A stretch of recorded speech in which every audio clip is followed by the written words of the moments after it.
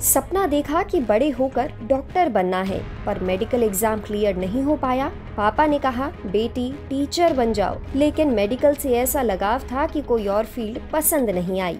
बेटी ने हार नहीं मानी और मेडिकल के क्षेत्र में ही एक प्राइवेट कंपनी में नौकरी करनी शुरू की। साल बदला लेकिन हौसला नहीं। फिर शुरू किया खुद का स्टार्टअप और बन गई 2 बड़ी कंपनियों के मालिक, जहां कैंसर जैसी बड़ी और ख़तरनाक बीमारी की दवाइयां बनती हैं।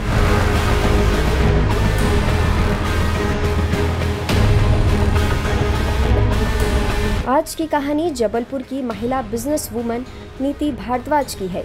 तो चलिए शुरू से शुरू करते हैं और जानते हैं कि कैसे नीति भारद्वाज ने इतना बड़ा मुकाम हासिल किया। हमारे सामने वो शख्सियत मौजूद है, हम उनसे परिचय कराना चाहेंगे। मैम, क्या नाम है आपका? मेरा नाम है नीति भारद्वाज। मैं भोपाल की हूँ, पर अब मैं काफ़ी सालों से 2001 से दिल्ली में सेटल्ड हूँ और वहीं पर मेरी एक कंसल्टिंग की कंपनी है जो मैंने 15 साल पहले स्टार्ट करी थी। उसको 15 इयर्स हो गए हैं और यहाँ जबलपुर में हमारी फैक्ट्री है जिसका नाम है रेवाक्योर लाइफ साइंसेस, और इसमें भी मैं एक पार्टनर हूँ और ये फैक्ट्री को भी अब 8 साल हो चुके हैं। कितना संघर्ष रहा? आप खुद कंसल्टेंट कंपनी में काम करते थे और ऐसे लोगों को अब आप जॉब दे रहे हैं। कंसल्टिंग से पहले तो मैं एक दवाई की कंपनी में भी खुद काम करती थी। जैसे अभी हमारे साथ हमारे एम्प्लॉयज़ हैं, ऐसे मैं भी एम्प्लॉई थी और मैं लुपिन लेबॉरेटरीज़ में काम करती थी, which was one of the biggest company in the India. And उसके बाद मैंने कंसल्टिंग कंपनी में जॉब करी, तो मैंने जॉब भी 16 साल से ज़्यादा किया।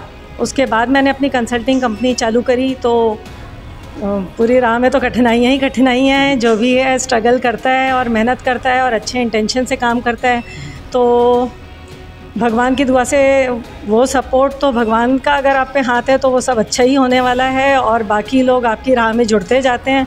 और अगर आप डिटर्मिनेशन आप में है तो आप चीज़ें भी पूरी कर लोगे। पीएमटी का टेस्ट दिया था आपने, लेकिन सफलता हासिल नहीं लगी और फिर आज ये मुकाम।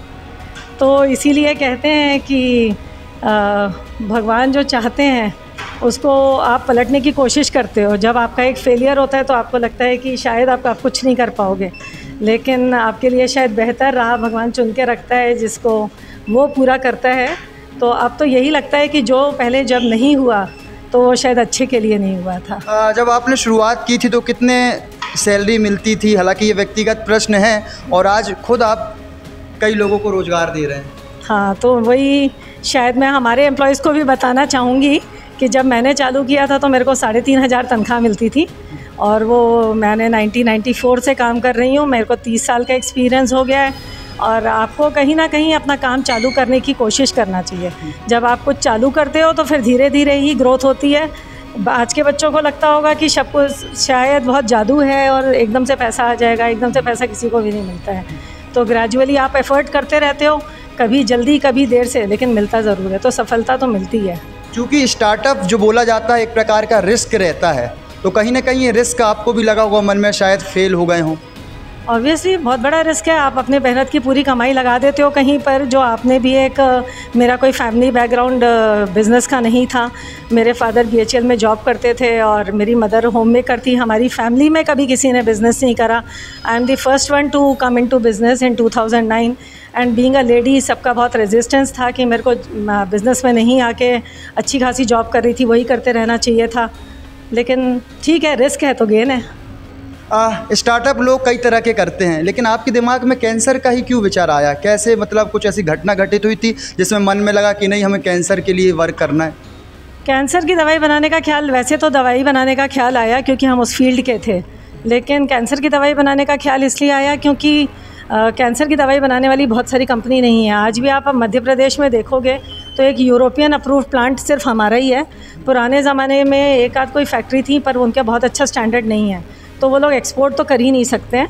तो हमारी कंपनी यूरोपियन स्टैंडर्ड से अप्रूव्ड है और वो भी हमने ये फैक्ट्री स्टार्ट करी है 2016-17 में।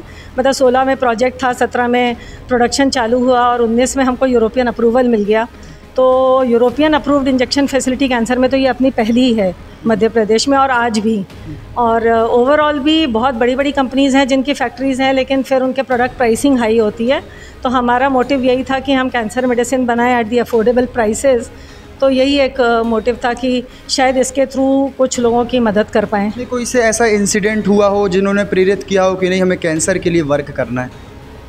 इंसिडेंट ऐसा था कि फैमिली में तो हुआ लोगों को कैंसर, फ्रेंड्स को भी हुआ, तो उनको भी देखा हमने कि कितना भी किसी के पास पैसा हो, कैंसर के ट्रीटमेंट में वो सब कम पड़ जाता है। आपने भी बहुत सी स्टोरीज़ लोगों की सुनी होगी कि जहाँ पर उन लोगों के घर बिक गए और सारा कुछ ख़त्म हो गया और फिर बाद में भी वो लोगों की लाइफ भी नहीं बचा पाए।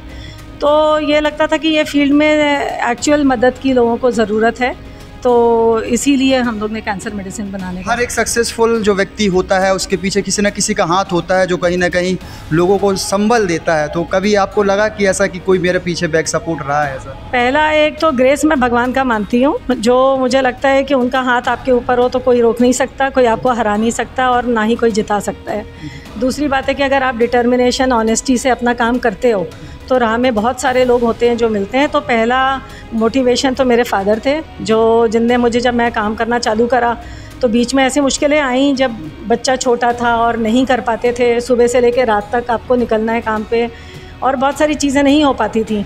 तो कभी कभी ख्याल आता था कि अब हम कितने समय तक इसको मतलब सस्टेन कर पाएंगे। तो वो हमेशा यही कहते थे कि आगे बढ़ते जाओ ना, राह निकलती जाएगी।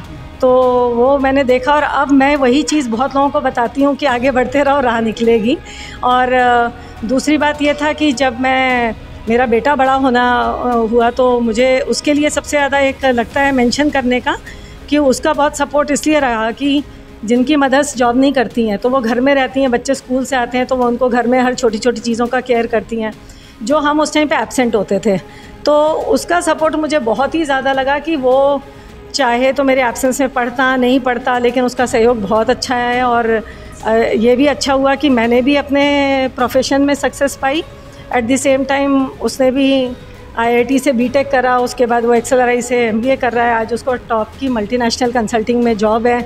तो ओवरऑल शायद हमने जंग जीत ली और मतलब उसके सपोर्ट से मैं भी कर पाई। और मुझे लगता है कि शायद मेरे कारण उसने कुछ मिस किया, लेकिन वो हमेशा कहता है कि ऐसा कुछ भी नहीं है, आपने मेरे लिए सब कुछ किया। क्योंकि मैंने इसके बावजूद भी बहुत मेहनत करती थी कि मैं पूरा दिन काम करती थी और उसके दूसरे दिन के स्कूल की तैयारी के लिए, उसके कॉम्पिटिशन्स के लिए, उसकी पढ़ाई के लिए खुद उसकी चीज़ें पढ़ती थी और उसको वीकेंड में पढ़ाती थी। तो शायद मैंने अपना बेस्ट किया है और उसको भी लगता है कि मैंने बेस्ट किया। आपने कई कंपनियों में काम किया है, अभी भी कुछ कई ऐसे कई कंपनी होंगे, आपके दोस्त होंगे जो रोज़गार के लिए बोलते होंगे मैम मुझे नौकरी में रख लीजिए, ऐसा होता है क्या? ऐसा होता है कि मेरे स्कूल के जिस कॉलेज में मैं पढ़ी हूँ उस कॉलेज के बच्चे भी यहाँ अप्लाई करते हैं जॉब के लिए, और जिस कंपनी में मैंने नौकरी करी है वो लोग भी हमारे कंपनी में जॉब के लिए अप्लाई करते हैं। तो एक कहीं ना कहीं सेंस ऑफ अचीवमेंट तो है। कैसा लगता है जब कॉल आता होगा कि मैम मैं काम करना चाहती हूँ? अच्छा, मतलब अच्छा लगता है। ऐसा कोई बहुत वो प्राइड की बात नहीं है, लेकिन ये तो लगता है कि चलो हम ज़िंदगी में अपनी मेहनत से इतना तो कर पाए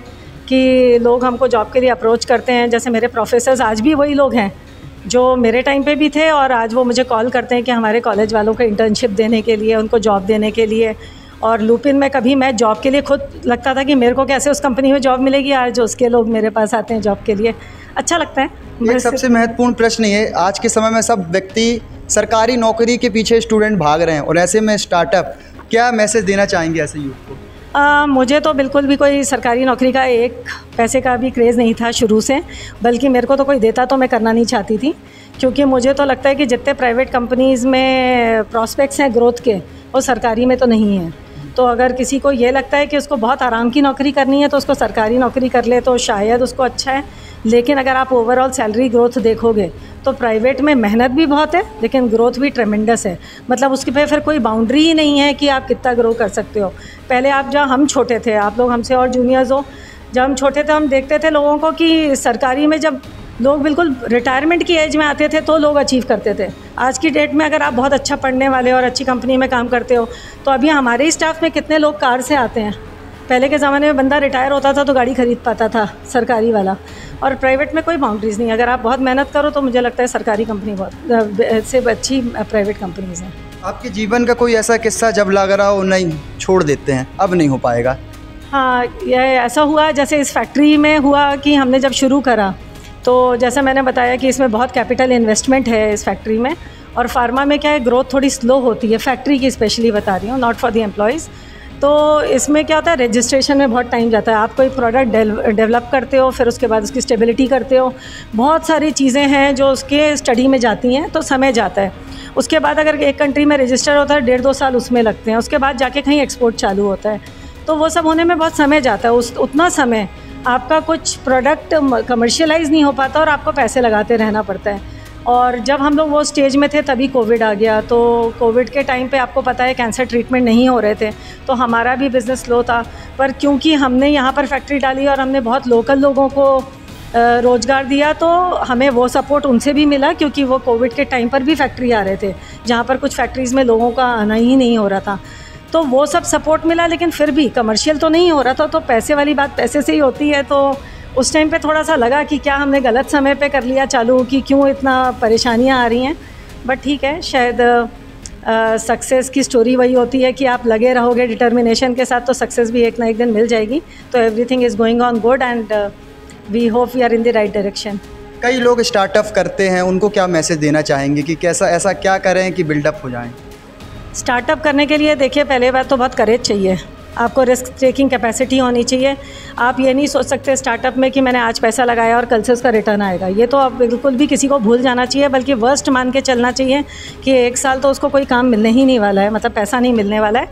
और अगर आप उतना सस्टेन कर सकते हैं तो आप स्टार्टअप पे आओ। लेकिन अगर आप मेहनत करोगे और अच्छे इरादे रखोगे तो हर स्टार्टअप सक्सेसफुल होता है।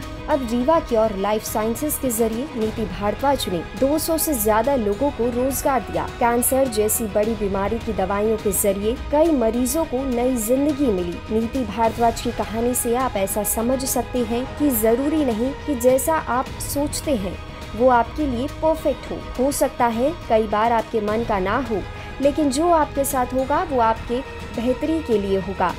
आपको ये खबर कैसी लगी हमें कमेंट सेक्शन में ज़रूर बताएं और ऐसी ही वीडियोस के लिए देखते रहें लोकल 18।